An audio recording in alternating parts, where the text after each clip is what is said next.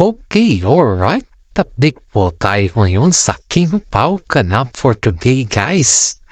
Ito tayo, guys. Ito update natin tungkol sa King Pao Ganap na kung saan po ay marami na pong nagtutupso or tinutupso na yung dalawa. Sa tingin nyo, guys, is magpapukso naman yung dalawa sa kanilang kalevelan? Or sa tingin niya is okay lang ba sa kanila yung ganun? Feeling ko kasi, guys, is tinutupso na yung dalawa eh. Tinutupso na sila ng mga kapwa nilang actor at actress. Tungkol po sa napapalitaan nila na yung importansya ba? Para kumbaga is yung ano na yung status or kumusta na yung kanilang pakiramdam sa isa't isa. Yun kasi yung inahabangan ng tao dito, guys. Yun kasi yung sinasabi dito sa mga ibaba na palagi daw sila itong kinutokso pagdating sa Kwan, pagdating sa ano na yung status nila. Lalong-lalo na po si Kwan, si Vice Ganda, guys. Di ba nag-perform sila Paolo Avellino at si Kim Chu. At ito naman po si Vice Ganda, guys. Nakita niya po kasi si Paolo Avellino din sa backstage after ng performance na. Ngayon, sabi ng mga legit sources natin ay kinutokso daw siya ni si Kim Chu daw po, guys, ay kinutokso daw ni Vice Ganda. Tuwang-tuwa naman kasi si Kim Chu, guys, pag yung kinutokso ba siya ni Vice Ganda kasi alam niya naman sa kanyang sarili na mabait naman si Vice Ganda at hindi naman basta-basta na mag-joking po malafuhanan, di ba? Kilala naman natin si Vice Ganda eh.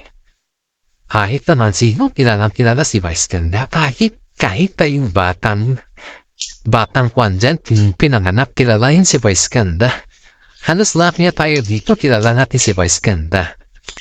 Kilala natin siya sa pamubara ng kanyang pag-joke na kung saan po ay halos yung joke na is may katotohanan, di ba? Kilala natin siya sa ganun na farmnet. Kaya tayo dito, guys, is nasamasan po natin yung kinatawag na katotohanan sa King Pao. Pinamla po ng tubig kasi nirap yung minom ng tubig. Malamig pa naman dito sa panahon na ngayon. Sobrang lamig yung panahon ngayon, guys. Halos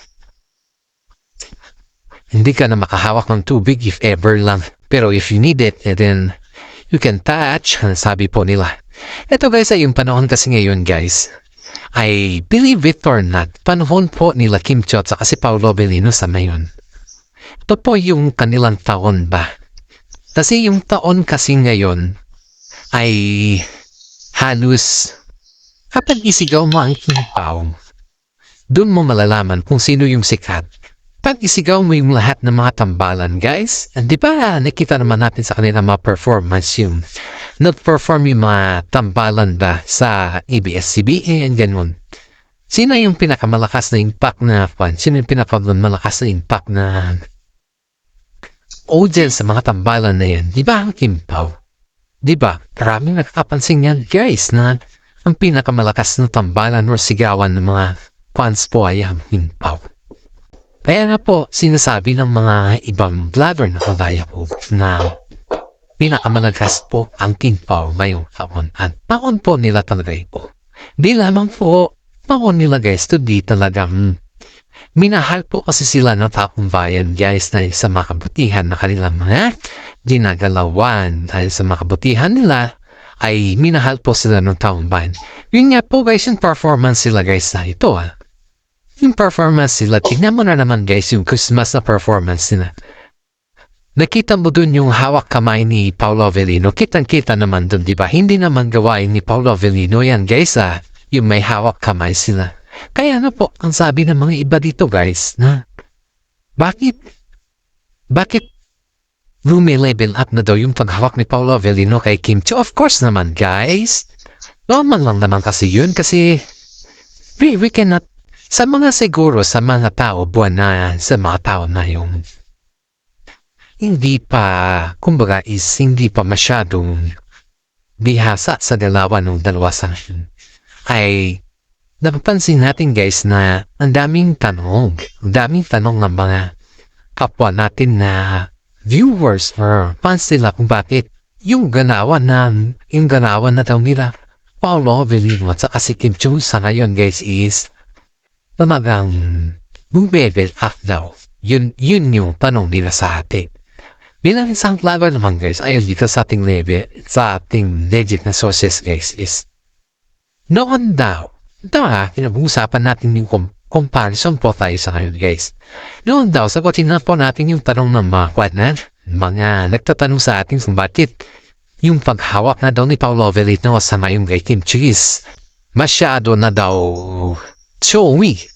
Yun po yung tanong dito. Kasi kitang-kita daw sa mga performance which is okay lang naman yun guys. Hindi naman kasi si Kim Chiu po guys is wala naman siya karelasyon, di ba? Wala naman siyang boyfriend. Saka si Paolo Avellino naman din po is wala siyang girlfriend. So kahit siguro naman hawakan siya ni Paolo Avellino na mahigpit gaya ng nakikita ninyo ay okay lang po. Wala namang masama dun sa halima na kung ako naman yung tatanungin dito guys is wala naman akong problema kung sakaling ganun ba yung paghawak ni Paolo Avellino kasi hindi naman mahirap na wala naman tayong pinag-alala dyan kasi nga po si Kim Chiu po ay may sarili po sa mundo at ngayon po ay silang dalawa po ay okay lang naman na gano'n na yung kanilang acting skills o gano'n na yung kanilang paggawa kasi nga po komportable na sila sa isa't isa. Yun po yung gusto nating paliwanag sa mga nagtatanong po sa ating patungkol kung bakit si Paolo Avellino sa ngayon kay Kim Chiu ay sobra ng paghawa. Hindi naman masama din guys kasi wala naman silang sinasagasaan na tao ba. Kapag yun po ay yung sobrang paghawak niya na may karelasyon pa sila sa isa't isa, yun po yung medyo foul sila. Kumbaga foul ba? Yung medyo may limit sila. Pero sa ngayon guys, kita naman natin na it's a part of chemistry at it's a part of work at hindi lamang po it's a part of work also kasi nga po special na sila sa isa't isa. Yun yung palagi natin tatandaan dito guys na kapag ikaw kasi ay special na or may nararamdaman na kayo sa isa't isa, syempre yung acting skills nyo naman ay talagang dyan. Kumbaga is mag-level up na rin yan. Hindi mo kasi pwede sabihin na yung feelings mo lang nag-level up samantala yung skills mo hindi na level up. Walang ganun. Walang ganun na nangyayari kasi nga po ang taga naman natin alam na may namamagitan na sa kanila but they cannot say it in correct words, di ba? Believe it or not guys, alam na natin yan. Yan yung mga katagang gusto natin na malaman din sa kanila pero hindi naman natin pwedeng sabihin yan guys dahil palungin mo nga sila ng personal at yung pasintay ang buska nga hindi nga nila madiretso yung sagot. How much more pa sa pasimpleng ganyan. Nadadiretso lang naman nila yung sagot niyan guys sa mga kaibigan nila sa mga legit sources natin. Ganyan. Kaya nga po, ito yung balita guys. Ito yung balita. Ayaw dito sa legit na sources natin. Tapapapap daw si Kim Chiu kay Ogie Diaz. Yan guys, yung update natin dito. Takot na takot daw si Kim Chiu kay Ogie Diaz guys. Siyempre, kasi sipag si Ogie Diaz kasi magtanong. Siyempre, kailangan yung tamang sagot. Kailangan yung diretsong tanong at saka diretsong sagot. Kaya nga po, marami dito guys ang sinasabi na bakit daw takot si Kim Chiu kay Ogie Diaz na magpa-interview kung yung nararamdaman daw niya o nararamdaman daw nila ni Paolo Avellino is confirm naman na ano naman daw yung masama yung magpa-interview siya kay Ogie Diaz, di ba? Wala naman daw matapanggal sa kanya kung magsabi daw siya ng totoo. Yan po yung sabi ng mga iba nating fans dito na nag-comment. Kasi may narinig po tayong balita patungkol dito guys na si Kim Chiu po ay takot na takot kay Ogie Diaz. Dahil nga po, nakilala naman natin si Ogie, di ba? At saka ito one time guys, hindi naman natin pwedeng tanungin si Ogie Diaz patungkol sa mga patungkol sa mga yung ano na yung tendency or ano na yung kanyang pwedeng itatanong kay kay Kim Chiu, yung mga positive ba? Hindi naman natin pwedeng sabihin sa Ogie na, tanongin mo na si Kim Chiu at dapat namin malaman ano yung tamang sapat mo. Hindi naman natin pwedeng ganun si Ogie Diaz kasi si Ogie po ay isang vlogger yun at mas marami nga po tayo malalaman sa kanya tungkol sa mga showbiz na ba? Yung mga issue sa kanila na hindi pa natin kukuha sa atin mga legit na sources. Guys, ayaw kasi ni Ogie Diaz yung magpa-interview ka tapos yung nakikita niya sa action mo malabo dun sa sakot mo. Ayaw na kasi yung ganon. Yun yung kinakaya ni Ogie Diaz. Kasi si Ogie po, si Mama Hogs po ay diretsahang tanong mo, diretsahang sakot niya. Hindi po siya yung tao na paligoy-ligoy papuntating sa mga terms na ganyan. Kaya nga po, itong si Kim Chiu, dahil kilala niya si Mama Ogs tungkol sa mga ganyan na films, ay takot. At ito naman si Paolo Avellino. Siyempre, kung ano naman yung sasabihin ni Kim Chiu, yun na yun. Hindi na yung mapapago. Pagdating kay Paolo is wala na yun. Kung kay Kim Chiu ka magtanong, yun na din yung sagot ni Paolo Avellino. Kaya, siyempre, nasa isang hubungan sila. Kundi kaya is nasa isang bahay na. Kung ano na yung sagot ni babae, yun na din kay Paolo. Hanggat comfortable si babae sa kanyang sagot, ay okay na yun. Kasi hindi naman natin pwedeng kunin yung side ni Paolo Avellino kung yung permission sa babae is wala pa naman. Di ba? Respeto. Respeto sa kanilang dalawa. Yun po yung ating pinagbabasehan dito guys. Kaya ito guys, ito yung kwan natin dito. Maraming nagsasabi guys na kailangan na daw ma-interview ni Ogie Diaz si Kim Chiu sa lahat. Pero ito ang sabi natin paano naman ma-interview ni Ogie Diaz si Kim Chiu kung si Kim Chiu nga po takot na takot magpa-interview, di ba ha? Parang ang sabi nga ng mga ibang netizen cases, parang may tinatago daw si Kim Chiu. Bakit daw ganon? Pero sa sarili nating opinion dito guys, sarili nating opinion na po. Wala naman sigurong tinatago si Kim Chiu. Kasi nga po, siyempre, gusto malaman kasi ni Ogie Diaz ni Mama Hogs ba? Gusto kasi malaman ni Mama Hogs kay Kim Chiu is yung yung kadahilanan ng break-up nila ni Sian Name. At ano na yung status nila ni Paolo Avellino sa akin. Yung kasi yung main purpose or reason kung bakit si Kim Chiu ay hindi ayaw niya makipag-interview dahil ayaw niya daw maungkat yung past nila ni Sian Lim. Kasi nga po, sabi niya dito na matagal niya na daw nakalimutan si Sian Lim. And then, yung interview na yun daw ata yung magpabalik sa kanya sa issue sa kanila ni Sian Lim. Yun, dito takot si Kwan guys. Dito takot si Kim Chiu. Kaya, sabi na natin na patungkol sa kanyan, hindi na natin yan masagot. Pero dito guys, dito nakita naman natin yung mga eksena patungkol sa kanilang dalawa ni Paolo Avellino. May isa tayong fans dito guys. Ito yung kinupunit ako na naman nito Yung punit ako patungkol po sa kay Paolo Avellino na willing na ba daw siya? Yung tanong dito, yung willingness ba? Sabi ko naman dito guys, yung comment ko dito sa tanong ng mga kapwa namin. Kasi ang dami daw nilang napapansin sa mga event, pati na rin sa mga kasama nila na kasama nila sa showbiz. Ang dami guys, ang dami nilang napapansin sa kanilang dalawa. Pero keep silent lang daw yung dalawa dahil keep silent lang daw yung mga iba dahil nga po ayaw nila na sa bandang huli, sila daw yung masisisi, yan yung sinasabi dito. Hindi naman siguro sa masisisi sila guys ba? Kasi, oh, excuse me, na ating pa ko si sa duman kabapito.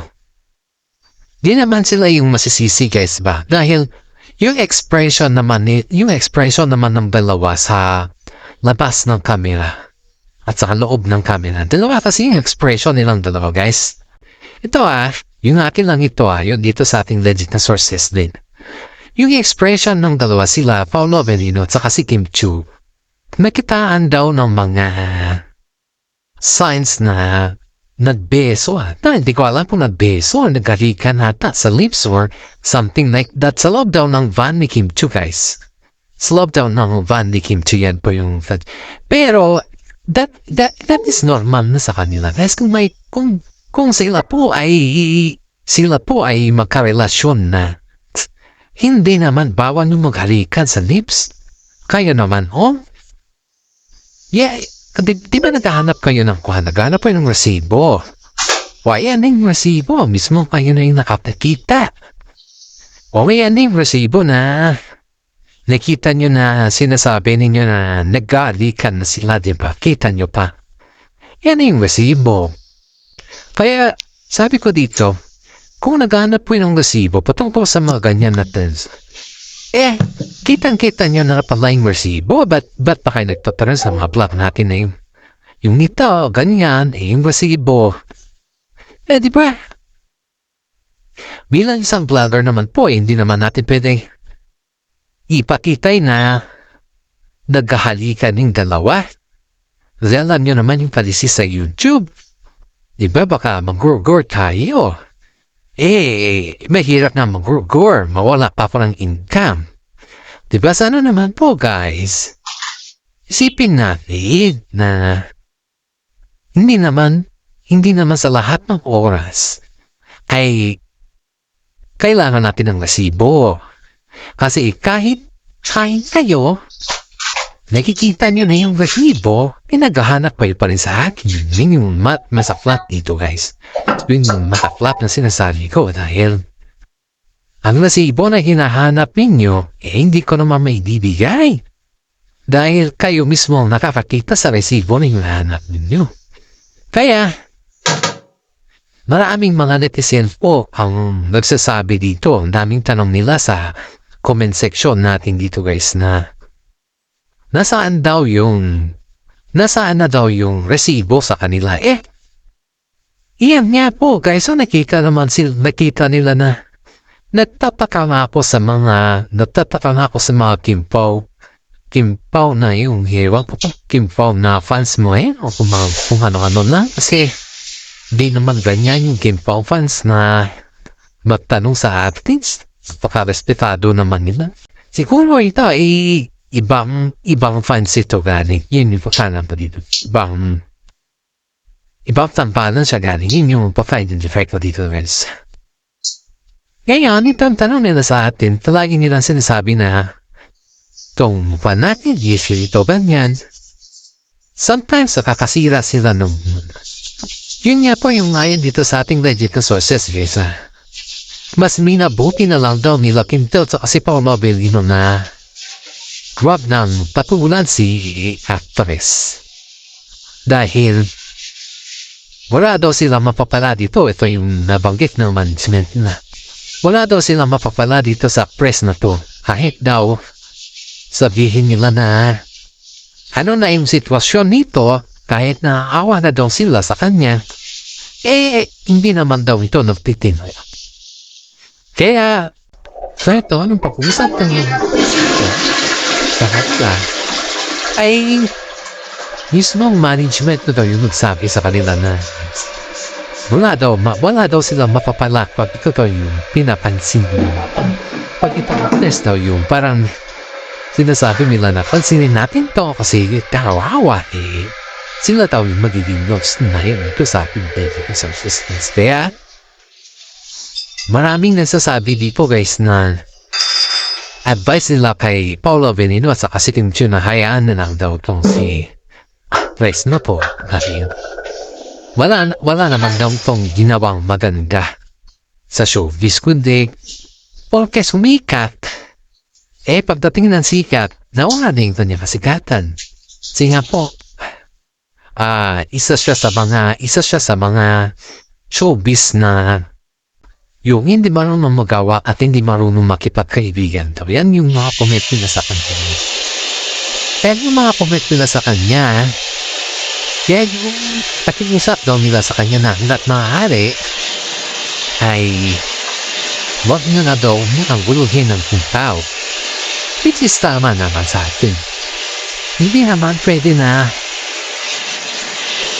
habang nandyan ang kimpaw, habang sikat ang kimpaw, habang may init pa ang kimpaw, umaarangkatan siya. Hindi naman pwede yun sa atin lahat, guys. Kasi bilang isang content creator, bilang isang nagmamahal sa kimpaw, ay respectful naman. Yung kailangan natin. Respeto naman bilang isang ganon na respeto ba? At hanggang dito na lang po ang ating YouTube channel.